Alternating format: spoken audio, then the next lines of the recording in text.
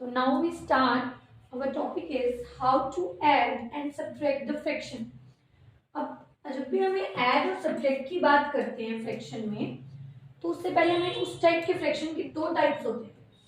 पहला one, first one is like fraction and next one is unlike fraction. Okay, तो like fraction कौन से होंगे? लाइक फ्रैक्शन होते हैं जिनमें डिनोमिनेटर सेम होता है, जिनका डिनोमिनेटर सेम होता है उसको लाइक फ्रैक्शन बोलते हैं। फॉर एग्जांपल जैसे मैंने लिखा 5/7 and 2/7, these both are like fraction. Clear?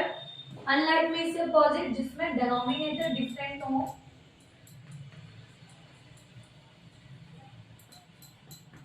इसमें डिनोमिनेटर आपके डिफरेंट होंगे, उनको अनलाइक फ्रैक्शन बोलेंगे। For example like 2/6, 3/4, this is your unlike fraction. तो मैं आज आपको दोनों ही फ्रैक्शन को कैसे ऐड करते हैं, कैसे सब्ट्रैक्ट करते हैं, कि दो मेथड सिखाऊंगी। फर्स्ट वन होगा आपका reducing method and next one होगा आपका एलसीएम मेथड। तो आप इसमें मेरे से दोनों मेथड सीख पाएंगे। तो जो छोटी क्लासेस हैं लाइक 4th है, 5th है, वहां तक आपको रिड्यूसिंग मेथड ही सिखाते हैं। आफ्टर ऑनवर्ड 5th आपको एलसीएम मेथड सिखाने लग जाते हैं। तो मैं आपको दोनों ही सिखाती हूँ इसमें वीडियो में, तो आप please keep full video, keep watching full video. Let's start. देखिए, लाइक फ्रैक्शन को हम ऐड और सब्ट्रैक्ट करना सिखा रही हूँ मैं आपको। तो it is very easy. Like fraction को ऐड और सब्ट्रैक्ट करना बहुत ही इजी होता है 4th क्लास के लिए एंड 5th क्लास के लिए। 4th क्लास के बच्चे के लिए बहुत इजी मेथड लाइक फ्रैक्शन ही यूज हो रहा है अभी 4th में। तो देखते हैं। जैसे मैंने ये example 2/5 plus 3/5, you can see the denominator of this fraction is 5 and also denominator of this fraction is 5, so it is known as like fraction। तो आपने करना क्या है, डायरेक्ट आपने न्यूमिनेटर में जो डिजिट्स हैं उनको ऐड कर देना है, बीच में साइन जिसका है ऐड करना है। 3 + 2 = 5 एंड डिवाइड में जो नीचे है डिनोमिनेटर में वो एज इट इज 1 टाइम्स लिखना है, इसको प्लस नहीं करना है। ये आपको माइंड में रखना है कि कहीं आप इनको भी प्लस कर दे इनको भी, नो, आपको ओनली न्यूमिनेटर को आपने प्लस करना है, डिनोमिनेटर को आपने 5 ही रखना है। ओके, तो दिस इज एक्चुअली में एलसीएम। एलसीएम इज, हमने एलसीएम, मैं आपको सिखाऊंगी कि एलसीएम को कैसे निकालते हैं। तो 5 और 5 का जो एलसीएम आएगा वो आपको 5 आएगा, मतलब एक ऐसा नंबर जो 5 से भी डिवाइड हो, इस 5 से divide, that is known as 5। So it is only LCM we write in the denominator and after that we will add the two numerator digits. This is your answer to add the like fractions. Okay, hope you understand. And next one is like subtraction करना है हमने 3/5 minus 1/5. This is also the same. This is the LCM we write here 5 and 3 minus 1 is 2. This is your answer of like fraction, subtraction of like fraction, this is addition of like fraction. This is very easy method. So there is difficulty in the unlike fraction, so let's start for unlike fraction। तो देखेंगे, तो अब हम सीखेंगे unlike fraction को कैसे add करते हैं। तो सबसे पहले मैं आपको फर्स्ट मेथड सिखा रही हूँ, रिड्यूसिंग मेथड। जो आपको मेथड सही लगे, रिड्यूसिंग सही लगे आप रिड्यूसिंग यूज कर सकते हैं, एलसीएम सही लगे आपको एलसीएम। आपको दोनों ही पता होनी चाहिए, नॉलेज होनी चाहिए आपको। तो रिड्यूसिंग मेथड में क्या रहता है, देखो, this is your denominator. First reducing में हमारा एक ही पर्पज होता है कि हमारे जो डिनोमिनेटर है उनको हमने सेम बनाना है, लाइक में कन्वर्ट करना है। अब लाइक में कैसे कन्वर्ट करेंगे, या तो हम 2 को 10 बनाएं या 10 को 2 बनाएं। ठीक है, आप कोई भी मेथड यूज कर सकते हैं।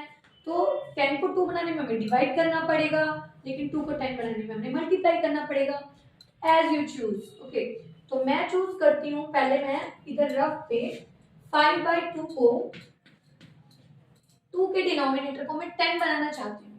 2 को 10 कैसे बनेगा, जब हम 2 को किससे मल्टीप्लाई करेंगे, 5 से, मतलब 2 की टेबल में 10 कितने नंबर पे आता है, 2 की टेबल में 10 आता है 5 पे, तो 2 5 is 10। अगर मैंने डिनोमिनेटर में 5 को मल्टीप्लाई किया है तो in the mathematics you have to be divide in the numerator answer.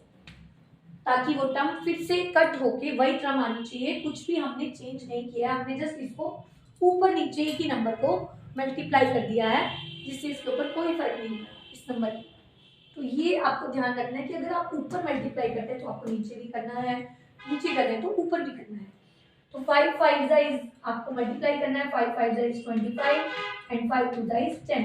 तो इट मीन्स 5/2 जो है वो हम उसको क्या लिख सकते हैं, 25/10 भी लिख सकते हैं।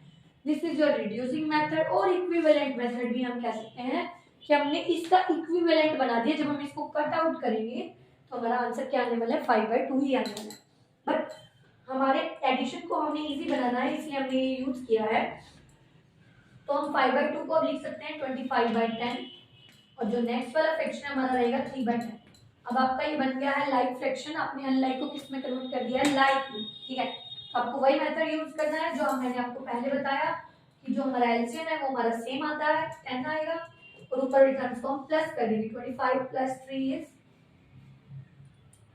28। This is your answer.